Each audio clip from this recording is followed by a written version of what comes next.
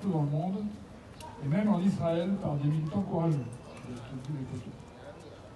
L'Association médicale mondiale, AMM, a pris position publiquement.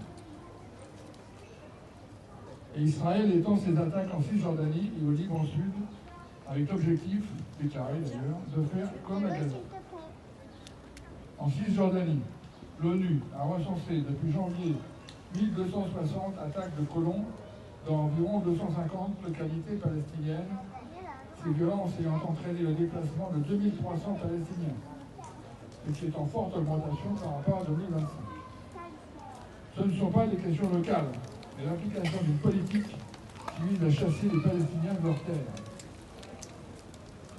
Au Liban, les frappes israéliennes sont quasi quotidiennes et les déplacements de population concernent encore des centaines de milliers de personnes.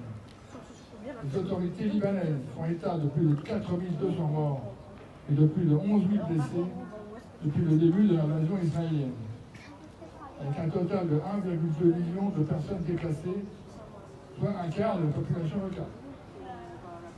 Les bombardements ont touché 64 hôpitaux et cliniques, avec une centaine de soignants tués, non seulement au Liban Sud, mais jusqu'à Beyrouth. Les bombardements de bâtiments et de ponts visent aussi à empêcher le retour des habitants vers le sud. L'actualité est aussi marquée par la déclaration de Donald Trump sur la phase 2 de l'accord dit le cessez-le-feu d'octobre dernier, qui concerne le désarmement du Hamas et le retrait de l'armée israélienne. À ce stade, nous ne savons pas comment tout cela se passerait. Ça change tous les jours.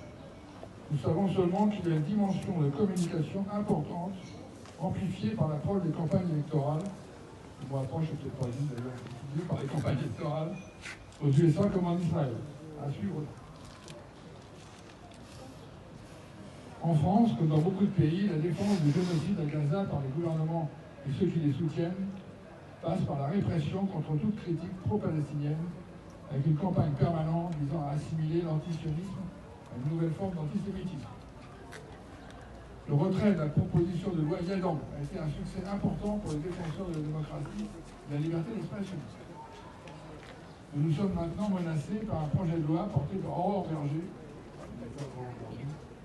présenté en Conseil des ministres le 9 juillet, pour une discussion au Parlement à la rentrée, avec l'objectif d'une adoption avant la fin de l'année. Ce projet contient de nombreux articles et reprend certains aspects de la proposition Yadan sur le collectif devra l'étudier de près dans la prochaine période. Je ne sais pas encore trop comment ça va se faire. Là, je fais une parenthèse suite à une information qui nous a été transmise par GG. Tu peux me filmer si tu veux. C'est un mail du bureau de l'AFPS du pays d'Orient. La diffusion au Festival international de l'Orient.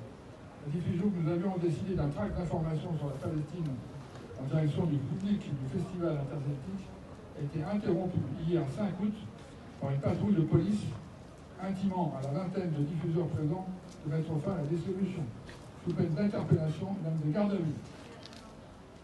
Les forces de l'ordre nous ont indiqué agir sur demande de la direction du festival dans un début d'explication.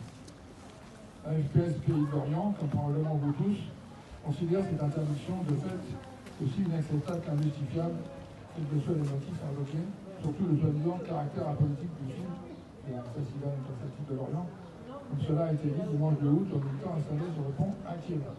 Naturellement, notre collectif soutient les camarades de l'Orient contre cette nouvelle attaque contre la liberté d'expression. Donc en conclusion, notre mobilisation reste essentielle. Quelqu'un peut remplacer pour la libération et la levée immédiate du blocus de Gaza, l'entrée sans restriction de l'aide humanitaire, retrait des troupes israéliennes, libération des otages politiques palestiniens. Le boycott, les investissements et sanctions des DS contre l'État d'Israël tant que celui-ci ne respectera pas le droit international, notamment par la suspension de l'accord d'association Union européenne-Israël, l'embargo diplomatique, économique et militaire. Il ne pourra pas y avoir de paix juste et durable en Palestine et au Moyen-Orient sans, d'une part, le respect du droit international par l'État d'Israël, la fin de l'occupation israélienne et de la colonisation de l'apartheid, et le respect des droits du peuple palestinien, le droit au retour pour les exilés, le droit à l'autodétermination pour les Palestiniens libres. Merci de votre attention.